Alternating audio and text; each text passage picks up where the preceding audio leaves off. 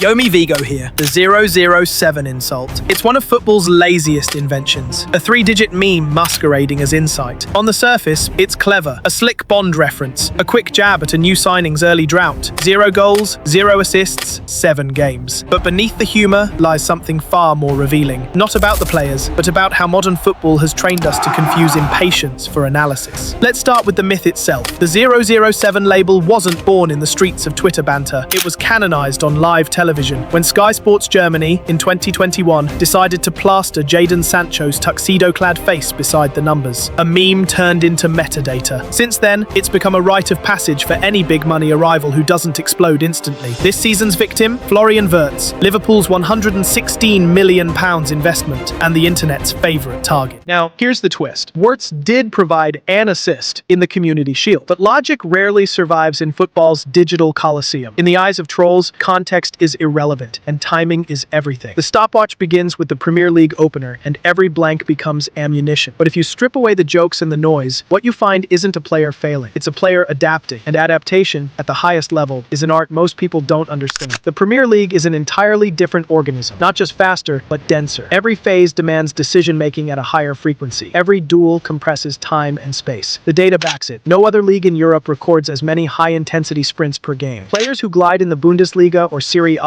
arrive here and suddenly find the walls closer, the tackles heavier, the moments shorter. It's not talent that's questioned, it's timing, and timing only comes through exposure. Wirtz's story, then, is not one of underperformance but recalibration. At Leverkusen, his rhythm was symphonic. Every movement scored to the tempo of Granit Xhaka's passes and the geometry of Frimpong's overlapping runs. That system was built for him, a machine tuned to his frequency. Liverpool, in contrast, are still in the rehearsal phase of their new identity under Arne Slot. They're adjusting to each other's wavelengths. The result? A player operating in half-familiar spaces, doing full-speed calculations in a language not yet his own. This isn't new. Thierry Henry endured it. So did Didier Drogba, Luis Suarez, even Cristiano Ronaldo in his first year at United. The Premier League humbles everyone, then rewards those who endure its friction. The irony? Many players crowned 007 go on to become headline acts, but the meme never dies, because it was never meant to reflect truth, only trend. What makes Wirtz fascinating is his duality. He's a technician with an artist's touch, but he's learning to operate in a league that worships directness. He's been dispossessed, yes, but watch closely. He's also creating. 21 chances so far in all competitions, many from angles no one else sees. The problem isn't vision, it's connection. His teammates, new arrivals like Isaac and Ekitike, are also in the wiring phase. The machine hasn't synchronized yet, and that's okay. Rooney called him disruptive.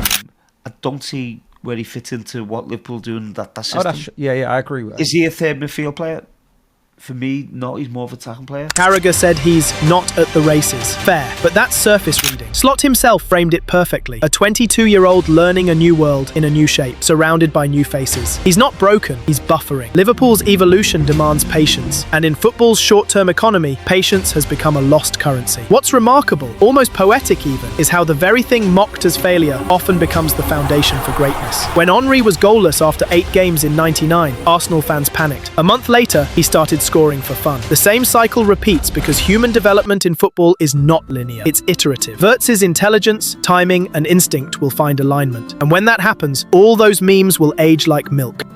Beyond the numbers, there's a broader truth here. The 007 trend exposes our addiction to immediacy. The digital age rewards quick verdicts, not correct ones. Players aren't given arcs anymore, just clips, counts, and hashtags. The nuance gets lost in translation between algorithm and audience. But football, at its core, remains an interpretive art form. It punishes haste. It rewards persistence. So as the cameras circle Wirtz and the laughter loops online, remember, adaptation is invisible until it's complete. What looks like stuttering is often the sound of gears aligning. Liverpool don't need another Bonjo. They need time, rhythm, and continuity. The very things a new system always starves of early on. The irony of the 007 tag, it was meant to mock inefficiency, but in truth, it highlights our own. Our inability to wait, to understand, to watch deeply. Yomi Vigo here, and the message is simple. The greatest players aren't defined by their first 7 games. They're defined by how they grow after them.